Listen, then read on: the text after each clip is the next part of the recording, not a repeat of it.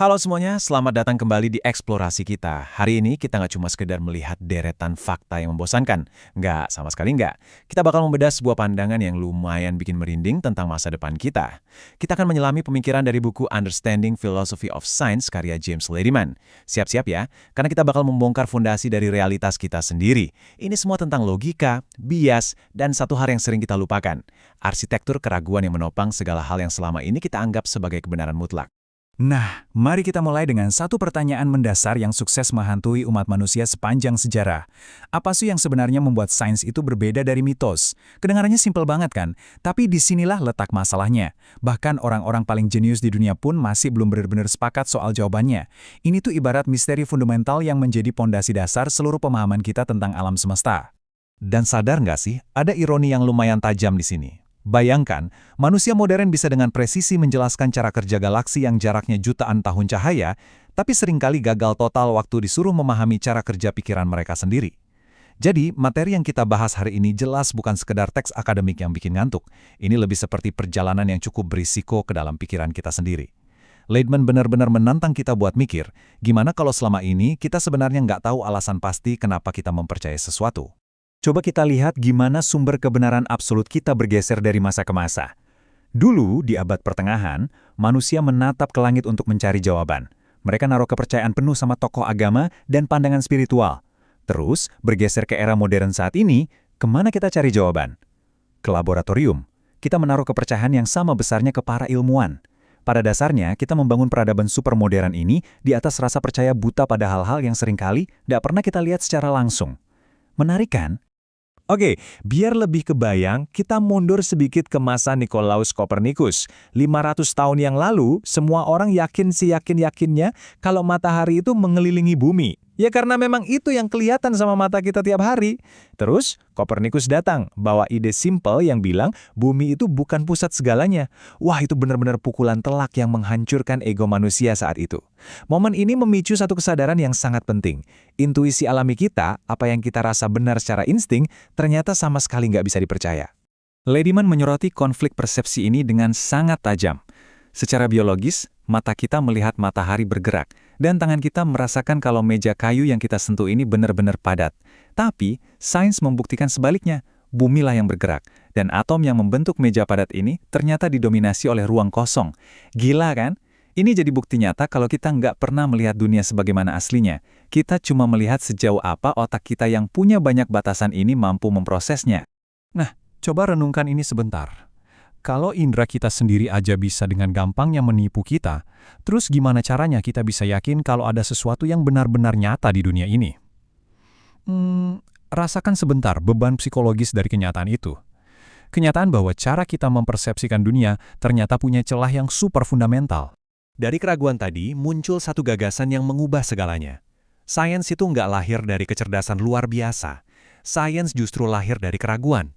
Arsitektur pengetahuan yang kita nikmati sekarang ini sepenuhnya dibangun dari kebiasaan untuk terus meragukan tradisi, meragukan otoritas, dan yang paling penting, meragukan isi kepala kita sendiri.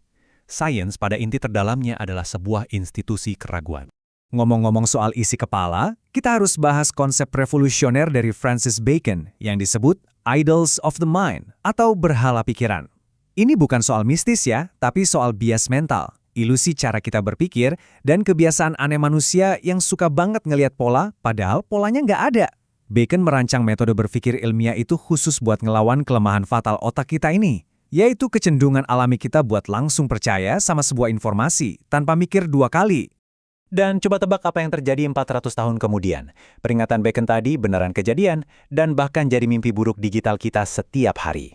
Kita sekarang hidup di era media sosial, di mana bias konfirmasi itu merajalela. Belum lagi kecerdasan buatan yang bisa mencetak jutaan informasi tanpa ada yang verifikasi.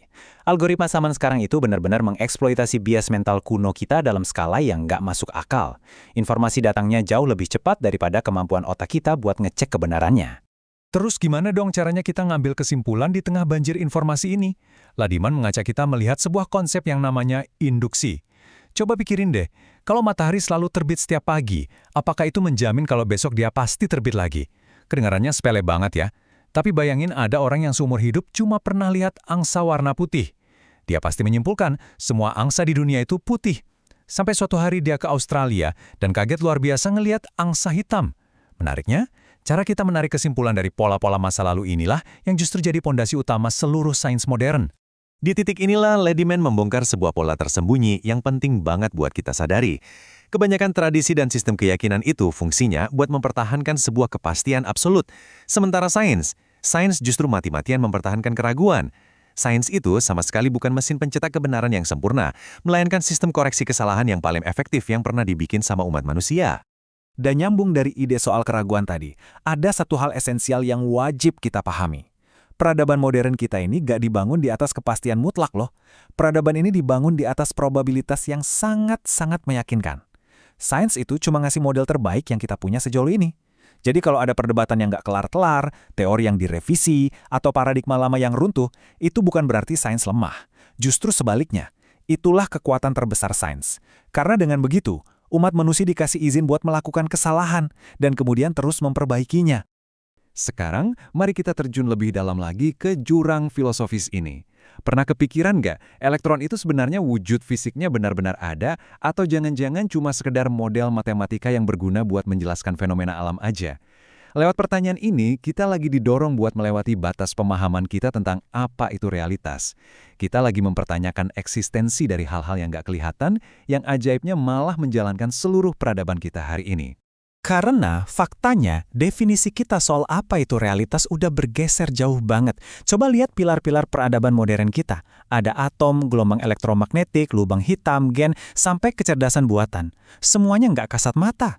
Dulu manusia cuma percaya sama apa yang bisa disentuh dan dirasakan fisiknya. Tapi hari ini, realitas kita sepenuhnya dibentuk oleh entitas tak terlihat dan data-data abstrak yang melayang di sekitar kita. Evolusi kepercayaan ini sebenarnya punya lintasan yang lumayan bikin merinding kalau dipikir-pikir.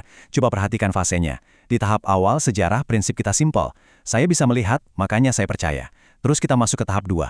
Ilmuwan sudah membuktikan, makanya saya percaya. Nah sekarang, kita lagi berdiri di ambang pintu tahap ketiga. Algoritma sudah menghitungnya, makanya saya percaya. Pelan tapi pasti, intuisi dan insting biologis kita mulai digantikan sama prediksi dari sistem AI.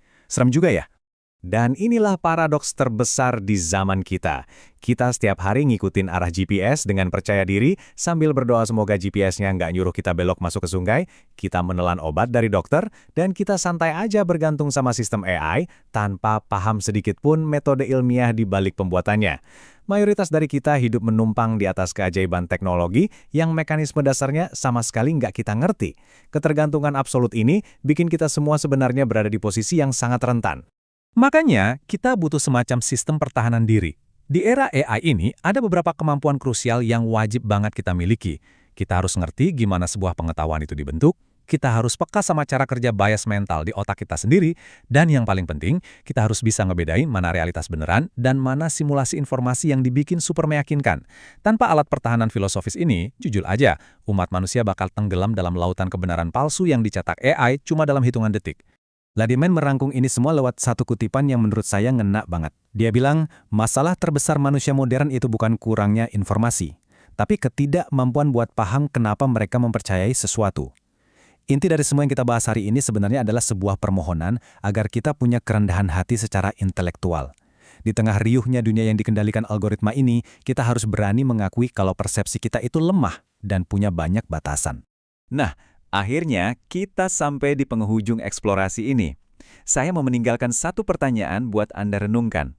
Di dunia digital yang penuh dengan kebisingan tanpa akhir ini, akankah kemampuan untuk mempertanyakan isi kepala Anda sendiri menjadi bentuk kecerdasan yang paling langka di masa depan?